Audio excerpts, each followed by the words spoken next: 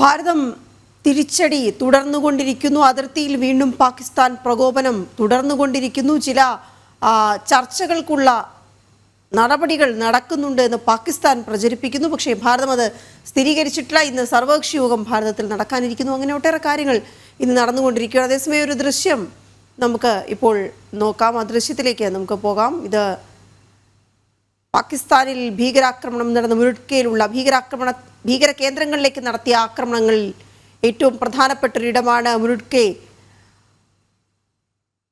നിന്നുള്ള ദൃശ്യങ്ങളാണ് ഇപ്പോൾ ലഭ്യമായിക്കൊണ്ടിരിക്കുന്നത്. ഇത് ഓരോ ദിവസം കഴിയും തോറും ഈ ആക്രമണം നടന്നതിൻ്റെ ദൃശ്യങ്ങൾ ഇങ്ങനെ പുറത്തു വന്നുകൊണ്ടിരിക്കും. ഇതിപ്പോൾ നടത്തിയ മിസൈൽ ആക്രമണത്തിൻ്റെ ദൃശ്യങ്ങൾ കൂടിയാണ് കാണുന്നത്. ഏറ്റവും പ്രധാനപ്പെട്ടൊരു ഭീകര താവളമാണ് ഭാരതം തകർത്തത്. അതിൻ്റെ ദൃശ്യങ്ങളാണ് ഇപ്പോൾ നമ്മൾ കണ്ടുകൊണ്ടിരിക്കുന്നത്. ബഹാവൽപൂർ കഴിഞ്ഞാൽ ഏറ്റവും പ്രധാനപ്പെട്ട ഇടമായിരുന്നു മുരുട്കെ. അവിടെ നടന്നിട്ടുള്ള ഭീകര പരിശീലന കേന്ദ്രങ്ങൾ തന്നെ ഏറെ പ്രവർത്തിക്കുന്ന ഒരു സ്ഥലമാണ്. അവിടെയാണ് ഈ ആക്രമണം നടത്താൻ ഭാരതത്തിന് കഴിഞ്ഞത്. വളരെ പ്രധാനപ്പെട്ടൊരു നേട്ടമായി വിലയിരുത്തുന്നതും ഈ പ്രധാനപ്പെട്ട 9 ഭീകര കേന്ദ്രങ്ങളിലേക്കുള്ള ആക്രമണങ്ങൾ തന്നെയാണ്.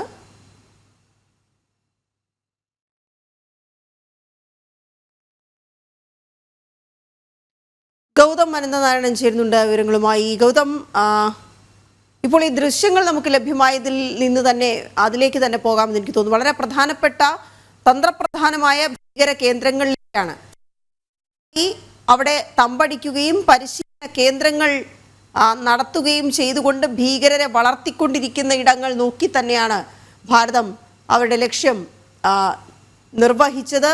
21 കേന്ദ്രങ്ങളുള്ളതിൽ 9 പ്രധാനപ്പെട്ട കേന്ദ്രങ്ങളിലേക്കാണ് ആക്രമണം നടത്താൻ നമുക്ക് കഴിയുക. അതിൽ വളരെ പ്രധാനപ്പെട്ട ഒരു ഇടം കൂടിയാണ്. ആ ദൃശ്യങ്ങളിൽ നിന്ന് തന്നെ തുടങ്ങാം ഗൗതം.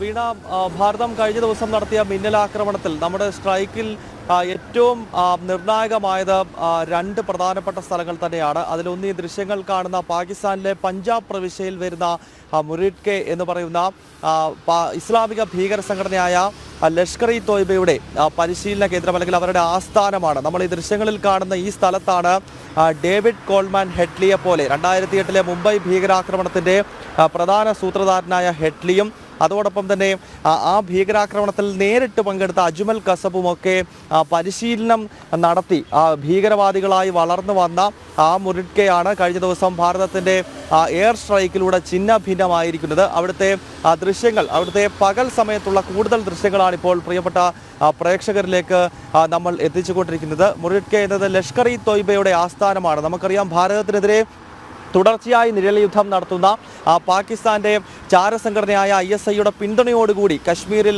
വർഷങ്ങളായി പ്രശ്നങ്ങൾ സൃഷ്ടിക്കുന്ന മുംബൈ ഭീകരാക്രമണം ഉൾപ്പെടെയുള്ള പല പ്രധാനപ്പെട്ട ഭീകര പദ്ധതികൾക്ക് കൃത്യമായ ആസൂത്രണം നടത്തിയ സംഘടനയാണ് ലഷ്കർ ഇ തോയ്ബ. അതിൻ്റെ തലവൻ ഹാഫീസ് സയ്യിദിനെ പറ്റി നമുക്കറിയാം. 1987 ലഷ്കർ ഇ തോയ്ബ എന്ന ഭീകര സംഘടന രൂപീകരിക്കുന്നത്. പ്രധാനപ്പെട്ട അജണ്ട എന്നത് തന്നെ ജമ്മു കാശ്മീരിനെ ഭാരതത്തിൽ നിന്നും അടർത്തിയെടുത്തി അതിനെ സ്വതന്ത്രമാക്കി പാകിസ്ഥാന്റെ ഭാഗമാക്കുക, അവിടെ ഒരു ഇസ്ലാമിക ഭരണകൂടത്തിന് കീഴിലേക്ക് ഭാരതത്തിൻ്റെ അവിഭാജ്യ ഘടകമായ ജമ്മു കാശ്മീരിനെ മാറ്റുക എന്ന ലക്ഷ്യം മുൻനിർത്തിക്കൊണ്ട് പ്രവർത്തിക്കുന്ന ഹാഫീസ് സയ്യിദിൻ്റെ ലഷ്കർ ഇ തോയ്ബയുടെ ആസ്ഥാനമാണ് ഭാരതത്തിൻ്റെ മിന്നലാക്രമണത്തിൽ ഛിന്ന ഭിന്നമായിരിക്കുന്നത്. അതിൻ്റെ കൂടുതൽ ദൃശ്യങ്ങൾ ഇപ്പോൾ നമ്മൾ പ്രേക്ഷകരിലേക്ക് എത്തുന്നു. അവിടെ ഒരു പള്ളി ഉൾപ്പെടെ, അതായത് ഈ ഹാഫീസ് സയ്യിദിൻ്റെ മസ്ജിദ് ഉൾപ്പെടെയാണ് കഴിഞ്ഞ ദിവസത്തെ എയർ സ്ട്രൈക്കിൽ മിസൈൽ ആക്രമണത്തിൽ ഭാരതം തകർത്തിരിക്കുന്നത്. അങ്ങനെ മുരുട്കെ എന്നത് ഡേവിഡ് കോൾമാൻ ഹെഡ്ലിയും അതുപോലെ തന്നെ അജ്മൽ കസബും ഒക്കെ ഭീകരവാദികളായി പരിശീലനം നേടിയ സ്ഥലമാണ്. ലഷ്കർ ഇ തോയ്ബയുടെ തലവനായ ഹാഫീസ് സയ്യിദ്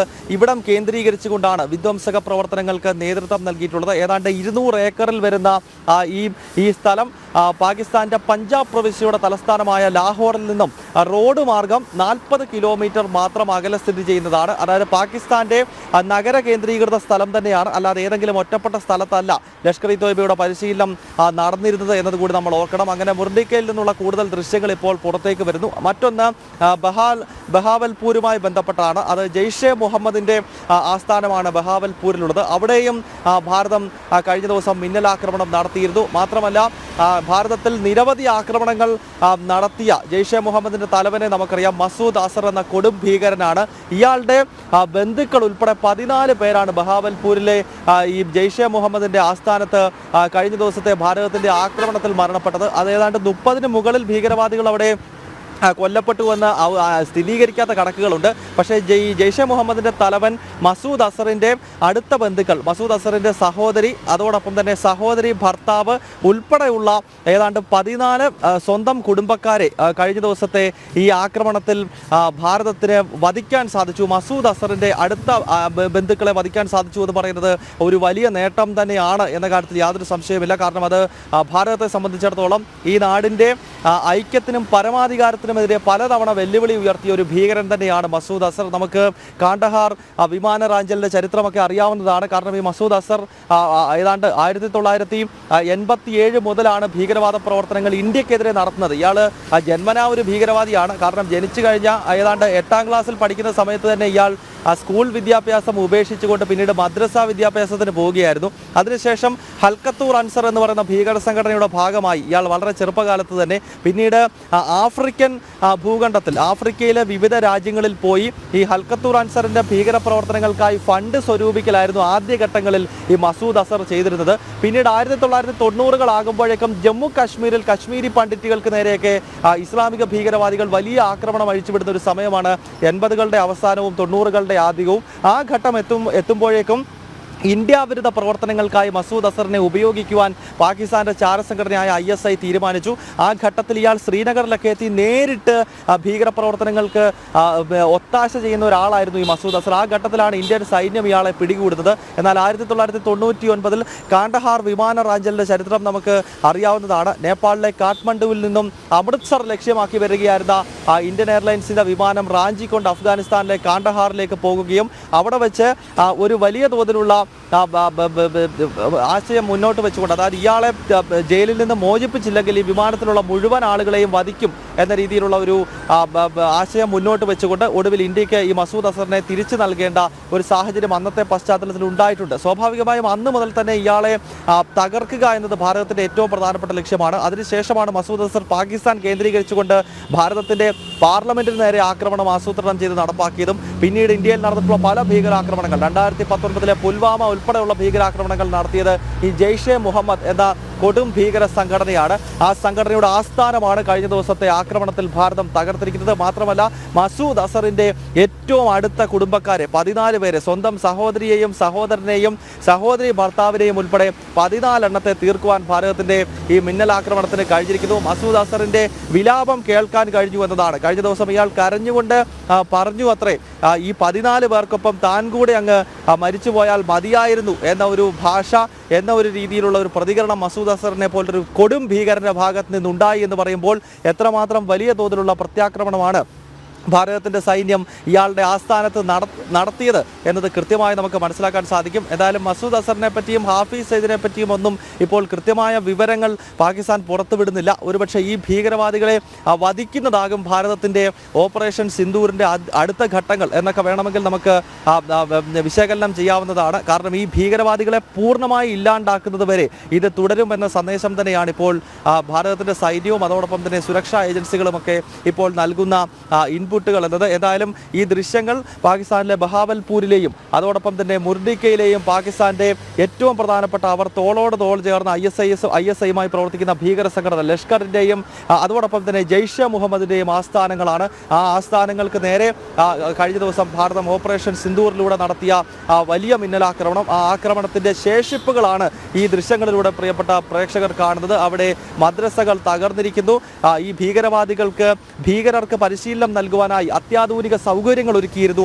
അതെല്ലാം പൂർണ്ണമായി തന്നെ ഭാരതത്തിന്റെ മിന്നലാക്രമണത്തിൽ തകർന്നിട്ടുണ്ട്.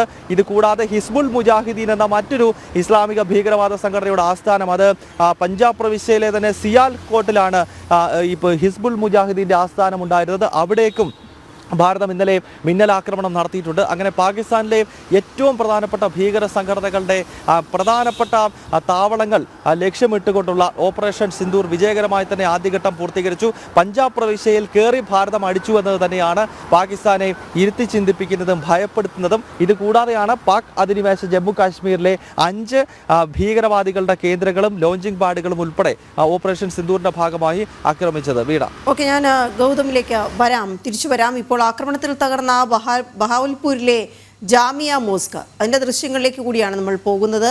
ജെയ്ഷെ മുഹമ്മദ് ഭീകര പരിശീലന കേന്ദ്രമായി പ്രവർത്തിച്ചിരുന്ന സ്ഥലമാണ് ഈ ബഹാവൽപൂർ. അവിടുത്തെ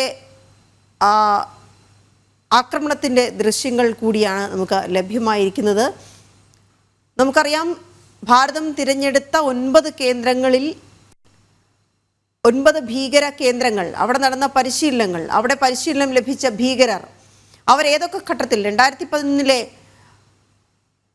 പാർലമെന്റ് ഭീകരാക്രമണം തുടങ്ങി ഇങ്ങോട്ട് ഇന്ത്യക്ക് നേരെ ഉണ്ടായ ഓരോ ആക്രമണത്തിലെയും ആളുകളെ തിരഞ്ഞുപിടിച്ച് ആ കേന്ദ്രങ്ങൾ തിരഞ്ഞുപിടിച്ചുള്ള ആക്രമണം തന്നെയായിരുന്നു ഈ 2025 ഭാരതം നടത്തിയത്. 2019 പുൽവാമ ഭീകരാക്രമണത്തിൽ ആണ് ഈ ഒരു പ്രദേശത്തിന് കൂടുതൽ ബന്ധമുള്ളത്. കാരണം അവിടെ നിന്നാണ് ഭീകരർ ഇന്ത്യയിലേക്ക് എത്തിച്ചേർന്നത്. ഇപ്പോൾ കാണുന്ന ദൃശ്യങ്ങൾ ഈ ബഹാവൽപൂരിൽ നിന്നുള്ള ദൃശ്യങ്ങളാണ്. അവിടെ ആക്രമണത്തിന് ശേഷമുള്ള ദൃശ്യങ്ങൾ. നേരത്തെ ബുരുഡ്കയിൽ ഭാരത സൈന്യം മിസൈൽ ആക്രമണത്തിലൂടെ തകർത്ത ഭീകര കേന്ദ്രത്തിൻ്റെ ദൃശ്യങ്ങൾ കൂടിയാണ് നമ്മൾ നേരത്തെ കണ്ടത്, ഇപ്പോൾ കണ്ടുകൊണ്ടിരിക്കുന്നത്. നമുക്കറിയാം, ഇതെല്ലാം ഒന്ന് ജെയ്ഷെ മുഹമ്മദിൻ്റെ കേന്ദ്രമാണ് എങ്കിൽ, ബഹാവൽപൂർ എന്ന് പറയുന്നത് ജെയ്ഷെ മുഹമ്മദിൻ്റെ കേന്ദ്രമാണ് എങ്കിൽ, ഇപ്പോൾ കാണുന്ന ഈ മുരുഡ്കൈ അത് ലഷ്കർ ഭീകരരുടെ ആസ്ഥാനമാണ്. അവിടെ നിന്ന് ഉള്ള പരിശീലന കേന്ദ്രങ്ങളിൽ നിന്ന് പരിശീലനം ലഭിച്ചവരാണ് പലപ്പോഴായി ഭാരതത്തിൽ ഭീകരാക്രമണത്തിന് നേതൃത്വം നൽകിയിട്ടുള്ളത്. ആ ഇടങ്ങളൊക്കെയും തിരഞ്ഞുപിടിച്ചുള്ള ആക്രമണം തന്നെയാണ്, തിരിച്ചടി തന്നെയാണ് ഭാരതം നടപ്പാക്കിയത്, നീതി നടപ്പാക്കിയത്.